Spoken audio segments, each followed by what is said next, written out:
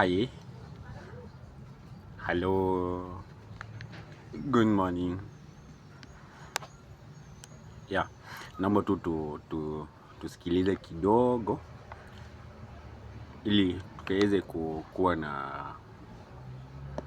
hali tu nzuri ya kuishi kwa shinda ambazo tunazo saizi, na pia ambazo zinaweza kukumba pengine hapo siku zijazo, ya kwamba hizi taabu, hizi shida si eti ni za kutuangamiza ama ni za kutumaliza, ni za kututia nguvu na ujasiri wa kuishi tena katika Mungu. Tulikuwa tunaangalia kisa cha Yosefu, na jana tuliona ya kwamba Yosefu amefika katika nyumba ya kifalme ambapo alikuwa mfanyakazi, mtumwa. Na maana ya mtumwa ni gani?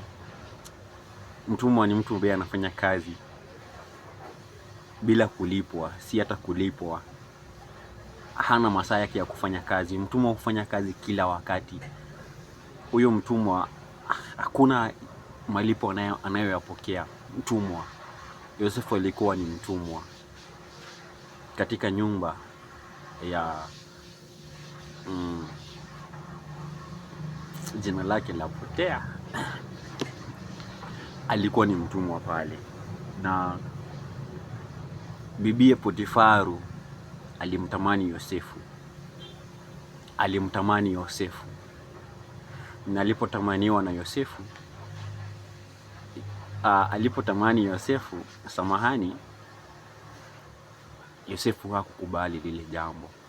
Na tuliacha ya kwamba Yosefu amejipata akiwa katika jela, katika korokoro. Ni mtumwa lakini yu katika korokoro. Haya mambo yanaambatana ya kwamba ni hali chungu ambayo Yosefu alipitia. Siku ya kesho tutaangalia, je, Mungu alisimama na Yosefu? Yosefu bado yu pale. Aliuzwa na ndugu zake kwa kuona jozi, lakini sasa yu katika korokoro, yu katika jela. Mungu anakupenda, Mungu anakujali, na alikuumba kwa lengo lake. Wewe ambaye unaenda kuchukua kamba ukajitie kitanzi, la hasha, Mungu hajamaliza nawe. Wewe ambaye unaenda kufa moyo, samahani, Mungu hajamaliza nawe. Tungoje wakati wa Mungu, na Mungu hakika atasimama nasi. Japo mambo ni magumu, japo kuna mwelekeo, kuna mwanga, yote ni giza. Mwisho wa giza kuna mwangaza. Mungu atubariki, tuwe na siku njema ndugu zangu.